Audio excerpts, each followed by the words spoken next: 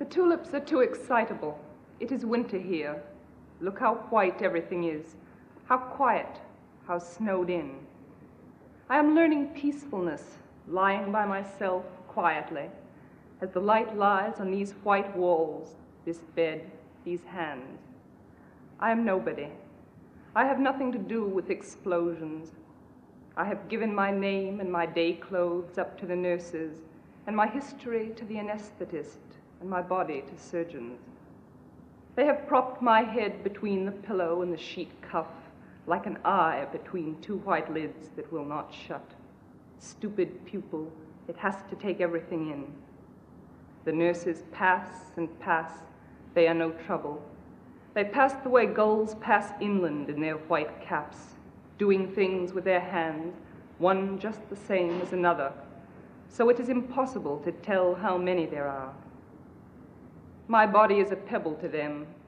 They tend it as water tends to the pebbles it must run over, smoothing them gently. They bring me numbness in their bright needles. They bring me sleep. Now I have lost myself. I am sick of baggage. My patent leather overnight case like a black pillbox. My husband and child smiling out of the family photo. Their smiles catch onto my skin, little smiling hooks.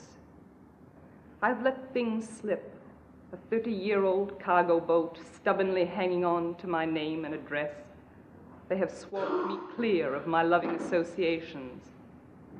Scared and bare on the green plastic pillowed trolley, I watched my tea set, my bureaus of linen, my books sink out of sight, and the water went over my head. I am a nun now. I have never been so pure. I didn't want any flowers. I only wanted to lie with my hands turned up and be utterly empty. How free it is. You've no idea how free. The peacefulness is so big it dazes you. And it asks nothing. A name tag, a few trinkets.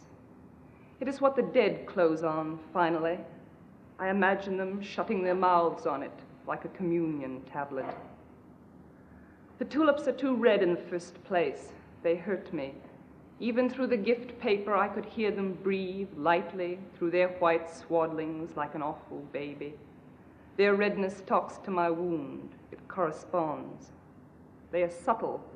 They seem to float, though they weigh me down, upsetting me with their sudden tongues and their color, a dozen red lead sinkers round my neck.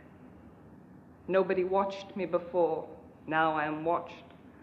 The tulips turn to me and the window behind me, for once a day the light slowly widens and slowly thins, and I see myself, flat, ridiculous, a cut paper shadow between the eye of the sun and the eyes of the tulips, and I have no faith. I've wanted to efface myself. The vivid tulips eat my oxygen.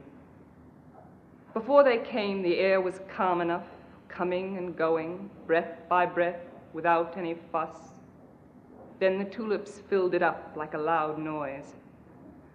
Now the air snags and eddies round them, the way a river snags and eddies round a sunken, rust-red engine. They concentrate my attention that was happy, playing and resting without committing itself. The walls also seem to be warming themselves. The tulips should be behind bars, like dangerous animals. They are opening like the mouth of some great African cat, and I am aware of my heart. It opens and closes its bowl of red blooms out of sheer love of me. The water I taste is warm and salt like the sea, and comes from a country far away as health.